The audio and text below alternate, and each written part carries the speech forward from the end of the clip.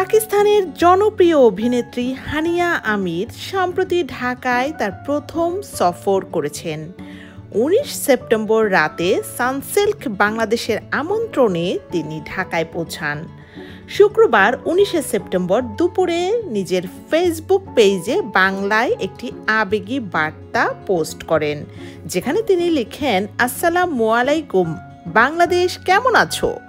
এই পোস্টটি মুহূর্তেই ভাইরাল হয়ে যায়। হাজার হাজার প্রতিক্রিয়া ও মন্তব্য চলে আসে। ঢাকায় অবস্থানকালে হানিয়া আমির স্থানীয় সংস্কৃতি ও খাবার উপভোগ করেছেন। একটি ভিডিওতে আমরা দেখেছি তিনি অনেক মজা করে ফুচকা খাচ্ছিলেন। শুক্রবার তিনি ঢাকার ঐতিহাসিক আহসান মঞ্জিল পরিদর্শন করেন। এ সময় তিনি কম সংখ্যক সঙ্গী নিয়ে সেখানে যান, যা স্থানীয়দের মধ্যে প্রশংসা অর্জন করেছে। এছাড়া তিনি বাংলা ভাষায় রাকিন তুমি দেখতে সুন্দর বলে দর্শকদের উদ্দেশ্যে বক্তব্য দেন, যা সোশ্যাল মিডিয়ায় ব্যাপক প্রশংসিত হয়েছে। এত প্রশংসার ভিড়ে হানিয়া আমিরের একটি সমালোচনাও হয়ে গিয়েছে। তার কারণ হাসান মাসুদ। হ্যাঁ, আমরা একটি পোস্ট ভাইরাল হতে দেখেছি ফেসবুকে, যে পোস্টে হাসান মাসুদ এবং হানিয়া আমির সম্পর্কে লেখা হয়েছে। ভাইরাল সেই পোস্টের মধ্যে লেখা ছিল, হাসান মাসুদের সাথে হাত মেলাতে অসম্মতি জানালেন হানিয়া আমির। গতকাল শিল্পকলায় হানিয়া আমিরের সাথে সৌজন্য সাক্ষাৎ করতে তারকাদের এক বিশাল মিলন মেলার উৎপত্তি হয়। বাংলাদেশের ছোট বড় সব তারকারাই সেখানে উপস্থিত ছিলেন, যেমন আরশ খান, মিলন মালহোত্রা, আদনান আদি, মুন্না খান, মৌসুমীর স্বামী ও মহানায়ক রুবেল সহ আরও অনেকে। হাসান মাসুদও তাদের সঙ্গে ছিলেন। হানিয়া আমির একে একে সবার সাথে হাত মেলালেন।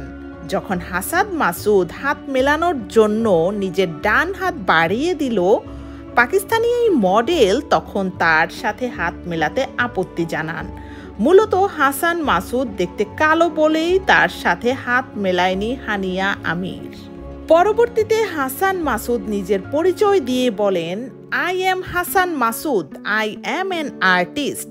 I used to act with Sumaya Shimu. She was also beautiful like you. এ কথা শুনে থতমত খেয়ে যান হানিয়া আমির। পরে হানিয়া আমির নিজের ভুল বুঝতে পেরে বিষয়টি ধামা চাপা দিতে বলেন, আমি ভেবেছিলাম আপনি হয়তো কারো বডিগার্ড। আর এ কথা বলেই হানিয়া পরের গেস্টদের সাথে হাত মেলাতে মেলাতে চলে যায়। এই একটি পোস্ট গতকাল থেকে কিন্তু ভাইরাল। সবাই এই পোস্ট পড়ে এবং হাসান মাসুদের সম্পর্কে একটু সিম্পেথি দেখায়, হানিয়া আমিরকে অহংকারী বলছে। আসলে কি বিষয়টি তাই ঘটেছে যেটা এই পোস্টে লেখা? মাধ্যমে জানতে পারলাম যে কোনো এক পাকিস্তানি গায়িকা আমির আমার সাথে হাত মেলাতে অস্বীকার করেছে। আসলে এটা সম্পূর্ণ একটা মিথ্যা কথা।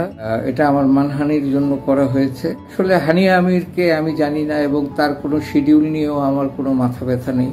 আমি আমার নিজের ভুবন নিয়েই ব্যস্ত। যারা এই অপপ্রচারটা চালাচ্ছেন তাদেরকে আমি অনুরোধ করব যে আপনারা এটাকে সংশোধন করে নিন, তা না হলে আমি কিন্তু আপনাদের বিরুদ্ধে আইনি ব্যবস্থা নেব। হাসান মাসুদের কথাগুলো থেকে আপনাদের কি মনে হচ্ছে? একদল চক্র আছে যারা কিনা দেশের মানুষ, দেশের সংস্কৃতি এবং বিদেশের কোনো গেস্ট আসলে দুপক্ষকেই ক্ষতি করার চেষ্টা করে। সেটাই হানিয়া আমিরকে এই পোস্ট পড়ে সবাই অহংকারী, আত্মহংকারী, এটা সেটা অনেক কিছু বলছিল। আর হাসান মাসুদের সম্পর্কে তখন মানুষের ইমাজিনেশনে চলে আসে, আহারে বেচারা কালো দেখে। এই ঘটনাটা যারা ঘটিয়েছে তারা হাসান মাসুদকে অপমান করেছে। এটা হাসান মাসুদের জন্য অপমানকর একটি বিষয়, কারণ গায়ের রং দিয়ে হাসান মাসুদের কিন্তু যোগ্যতা প্রমাণিত হয়। আমরা জানি যে গায়ের রং দিয়ে হাসান মাসুদ কোনো কিছুতে আটকে থাকেনি, বরঞ্চ হাসান মাসুদের এই গায়ের রংটাই হাসান মাসুদকে অদ্বিতীয় করে তুলেছে। মানুষের সম্পর্কে মিথ্যাচার করা যেমন পাপ, তেমন অপমান করাও আরেক ধরনের পাপ। একটি বিদেশি শিল্পীকে নিয়ে আপনারা যা শুরু করেছেন, দেখতে সুন্দর না, সিরিয়ালে সুন্দর, সিরিয়ালে ভালো লেগেছে, কত পোস্ট, আসলে দেখতে সুন্দর না, পরচুলা, কত কত পোস্ট সামনে আসে হানিয়া আমিরকে নিয়ে। এই 2 দিন যাবৎ পোস্টের জ্বালায় অতিষ্ঠ। এরপরে চলে আসছে হাসান মাসুদকে নিয়ে। হানিয়া আমিরকে অপমান করার জন্য, হানিয়া আমির অহংকারী এটা প্রমাণ করার জন্য হাসান মাসুদকে লাগিয়ে দিয়েছে। হাসান মাসুদের এখানে অপমান হয়নি? এই 2 দিন যাবৎ ওনার মনের অবস্থা কি, যে ওনাকে কেন টার্গেট করা হয়েছে? তো একদল যারা মিথ্যা খবর ছড়ান তারা এই কাজগুলো ভালো করেন না। কয়েকটা ডলারের জন্য, কয়েকটা ইউরোর জন্য আপনারা এই ইউটিউব, ফেসবুকে ভাইরাল করতে চান মিথ্যা খবরগুলো, সেগুলো একদম উচিত না। আসলে আপনাদের বিষয়ে যদি প্রশাসন ব্যবস্থা নিত তাহলে আপনাদের এতটা ক্ষমতা বাড়তো না। যারা একজন আরেকজনের বিরুদ্ধে গুজব ছড়ায়, যারা বিভিন্ন ঘটনা নিয়ে গুজব ছড়ায়, তারা দেশের শত্রু, তারা পরিবারের শত্রু, তারা মানুষের শত্রু। ধন্যবাদ।